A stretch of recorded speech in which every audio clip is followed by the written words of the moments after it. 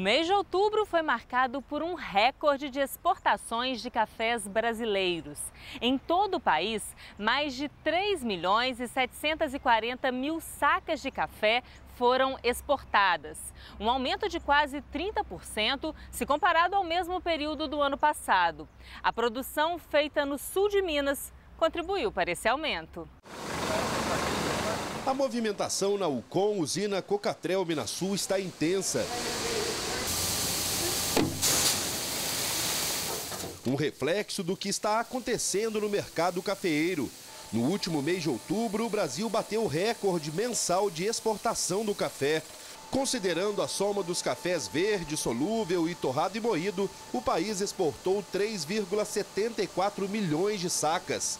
Um volume quase 30% maior do que o exportado no mesmo período do ano passado e 20% maior do que no mês de setembro desse ano. O café arábica representou quase 83% desse volume, com mais de 3 milhões de sacas exportadas. Em seguida ficou o café robusta, com 8,7%, e o café solúvel, com 7,7%. A receita cambial também foi positiva e fechou o mês com um aumento de 0,7% em relação a setembro e 15,3% com relação ao mês de outubro do ano passado. No acumulado do ano, o país já registrou um crescimento de mais de 10% nas exportações em comparação ao mesmo período de 2017. O maior volume de café exportado pelo Brasil. O Brasil acaba retomando uma participação de mercado que ele havia perdido nos últimos 2 anos. A gente entende que pode ser uma tendência essa recuperação agora por esse final de ano e primeiro semestre do ano que vem. O maior volume de dólares trazidos também tem um impacto positivo na economia do país. De acordo com o gerente de exportações da Minasul, o bom momento do mercado já era esperado. Foi um número bastante expressivo, né? Sempre tem a surpresa dado esse volume de 3.700.000 sacas.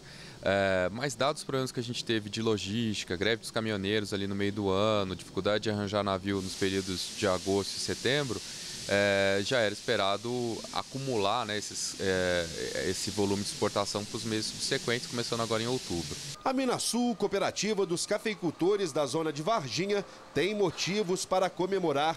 As exportações seguem a todo vapor. O projeto de exportação começou 1 ano e meio, 2 anos atrás. A gente triplicou o volume de exportação do primeiro para o segundo ano e a gente enxerga que é um caminho positivo, é um projeto de médio e longo prazo, onde a gente vai conseguir, ao longo desse período, reverter cada vez mais para os produtores os prêmios, os diferenciais de preço que a gente consegue com a exportação. O mercado deve continuar aquecido. A expectativa na cooperativa é muito boa. A gente vem constantemente aumentando o nosso volume de exportação. Esse ano a gente deve chegar a uma média de 20.000 sacos por mês, né, nos 12 meses, e a gente entende que a gente tem tudo para crescer esse volume, dado o volume de originação de café dos nossos produtores, em torno aí de 1,5 milhão por ano. A gente tem com certeza a capacidade de mais do que duplicar esse volume de exportação. Agora eu vou te mostrar uma outra matéria. O mês de novembro tem sido chuvoso e o trabalho na roça tem dependido muito do clima. A nossa equipe vai mostrar as consequências das águas nas lavouras de café.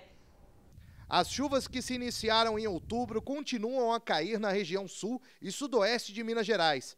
Saldo positivo para a cafeicultura, mas ainda abaixo do necessário para suprir a falta d'água dos últimos anos. Bom, nesses últimos meses, aí a partir de agosto, setembro, a gente teve uma precipitação bem próxima à média histórica ou um pouquinho mais. Outubro choveu já um pouco mais que a média. Agora em novembro, a expectativa nossa é chover em torno de 180 milímetros.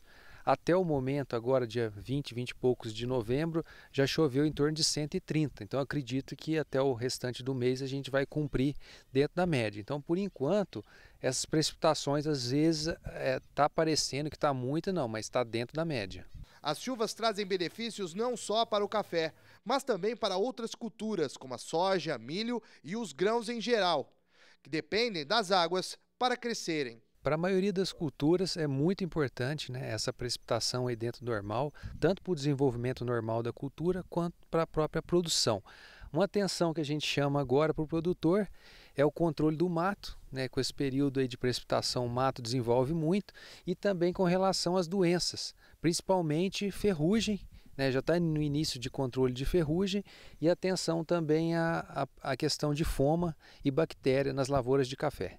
A quantidade muito elevada de água pode gerar um encharcamento das lavouras e, com isso, prejudicar a oxigenação do solo. Mas, segundo o engenheiro agrônomo, esse tipo de situação não é comum na região. Praticamente o que choveu, o solo absorveu, né? E a planta está aproveitando essa água aí, já que a gente já estava em déficit em outubro, né?